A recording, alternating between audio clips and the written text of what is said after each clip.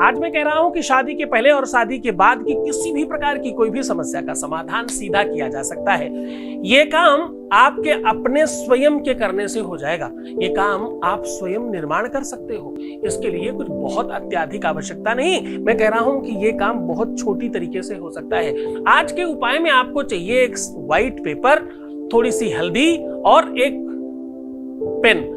बस आपको ये ध्यान रखने की आवश्यकता है कि ये जो पेन है इसकी स्याही आप निर्माण करेंगे।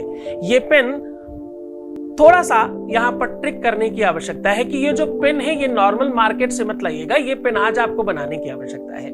इस पेन को बनाने के लिए आप कलम इस्तेमाल कर सकते हैं नीम की, आप कर सकते हैं अनार की, आप कर सकते हैं पीपर, बलगद, बाकर इत्यादि।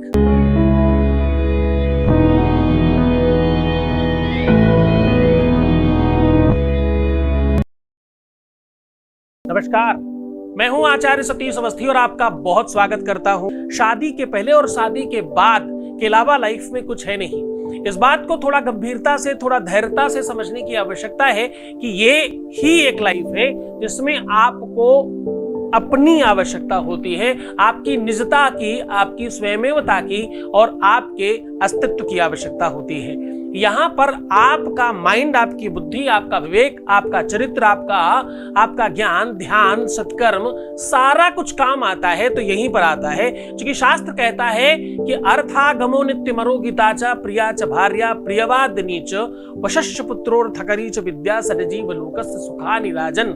राजन, ये जो 6 प्रकार के सुख होते हैं, इनमें से सबसे महत्वपूर्ण जो सुख है उसका प्रारंभ जो होता है वो विवाह से होता है। एक व्यक्ति को अपने जीवन में 3 बार सबसे ज्यादा सुख मिलता है। एक बार तब जब स्वयं का विवाह होता है, दूसरा तब जब आपको बच्चा होता है, तीसरा तब जब उस बच्चे का विवाह होता है और चौथा आखिरी सबसे बड़ा सुख जब उस बच्चे को बच्चा होता है। ये सारा का सारा काम आपके अपने जीवन में सबसे महत्वपूर्ण है। ये सारे के सारे सुख कहीं ना कहीं विवाह से संसर्ग है। बिना विवाह के कुछ संभव नहीं है। पूरी की पूरा जो प्रकृति है, पूरा का पूरा जो संप्रदाय है, पूरा का पूरा जो विश्व है वो विवाह पर आकर टिकता है। विवाह होने के बाद ही प्रकृति चलती है। यानी कि अगर आप वास्तविक प्रकृति को समझने की कोशिश करें तो ये सारा का सारा काम वैवाहिक संसर्गता को दर्शाता है। एक कृषक, एक किसान जब खेती करता है, हल चलाता है, बीज बोता है तो फसल होती है, यानी बच्चे होते हैं। फसल मतलब आगामी जो आने वाली पीढ़ी है उसका निर्माण करना। 1 से 2 और 2 से 3 होना, प्रकृति के कार्य में सहयोग देना, यानी वैवाहिक कार्य कंप्लीट करना। ये सारी की सारी व्यवस्थाएं आपके अपने जीवन में आप रचते हो, आप क्रिएट करते हो। और अगर इसमें बाधा है, अगर इसमें संकट है, अगर इसमें मुसीबत है, अगर इस बात में किसी भी प्रकार की कोई समस्या है तो क्या कर सकते हैं? आज मैं कह रहा हूं कि सादे कागज पर इस कलम से एक ये अक्षर लिख देने मात्र से वैवाहिक जीवन में शुभता बढ़ जाती है।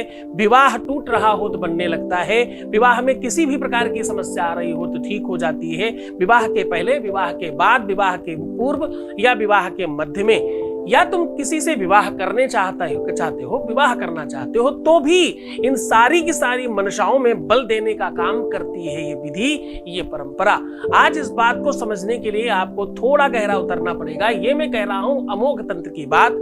ये मैं कह रहा हूं जो पारंपरिक ग्रंथों को समझने वाले लोग हैं, जो वास्तविकता में समुच्चय नित्य कर्म पढ़ते हैं, जो बड़े अच्छे कर्मकांड के जानकार हैं, जो बहुत बृहत कर्मकांडी है, वो नित्य कर्म समुच्चय पढ़ते हैं। कुछ लोग नित्य कर्म से काम चलाते हैं, कुछ नित्य कर्म समुच्चय पढ़ते हैं। जब आप नित्य कर्म समुच्चय में पहुंचते हो तो आपको पता चलता है कि जो भी वेदियां बन रही हैं, जो भी चीजें आप क्रिएट करते हो, मंडल इत्यादि, उसमें अलग अलग जगह पे एक देवता विद्यमान है।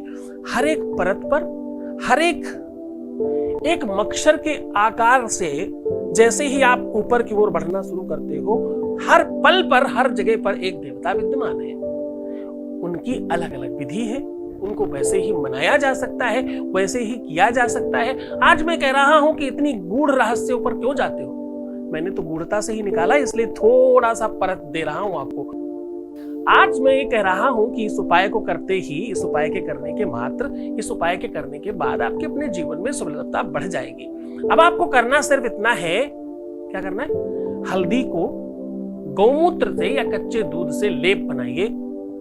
उसके बाद जो आपका व्हाइट पेपर है बिना लाइन वाला, उस पे जो आपने कलम बनाई है, जो भी अवेलेबल हो, तुलसी से लेकर के जितने भी पूज्य वृक्ष हैं, पीपल, बरगद, पाकर, नीम, जो भी अच्छा मिल जाए। अनार बहुत अच्छा होता है, अगर मिले तो बहुत अच्छा। किसी अनार वाले को बोलना, यार थोड़ी डंडी ला के दो, किसी फल वाले से थोड़ा व्यवहार बनाओ, आपका काम चल जाएगा। उस छोटी सी कलम से, उस कलम का जो हाइट होगी वो आपकी छोटी उंगली के बराबर भी चलेगी। इतने से लेके एक बरिस्ता तक का आप ले सकते हो।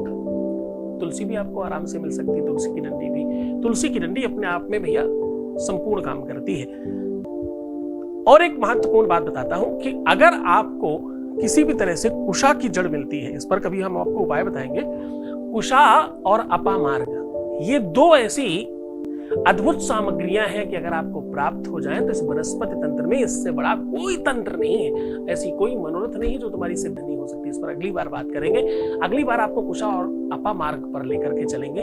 ये औषधियां ऑनलाइन अवेलेबल है, तब तक तुम ढूंढ के रखो, हम उपाय अगली बार बताएंगे। इस बार का उपाय है, आप ये लेप बना करके उस व्हाइट कागज के ऊपर आपको लिखना है, धुर्जटम धुर्जटम स्वाहा। ये वर्क, ये जो आप लिखते हो, इससे तुम्हारे अपने ग्रह नक्षत्र, ये तुम्हारे अपने कार्य प्रणाली की व्यवस्थाओं को ठीक करने का बल प्रदान होगा। ध्यान समझना, केवल इस एक छोटे से मंत्र को लोगों ने भगवान शिव को अपने घर खींच के बुला लिया। इस छोटे से मंत्र से लोगों ने अपनी भाग्य, प्रारब्ध, त्रिशंकु जैसा व्यक्ति अपने आप को भगवान के घर सीधा सशरीर ले जाने की क्षमता प्राप्त कर ले गया। ये सब कुछ तुम कर सकते हो, किसी भी दिन किया जा सकता है। निशा काल में ये कार्य ज्यादा कारगर होते हैं। पूरी श्रद्धा, पूरे विश्वास के साथ करना।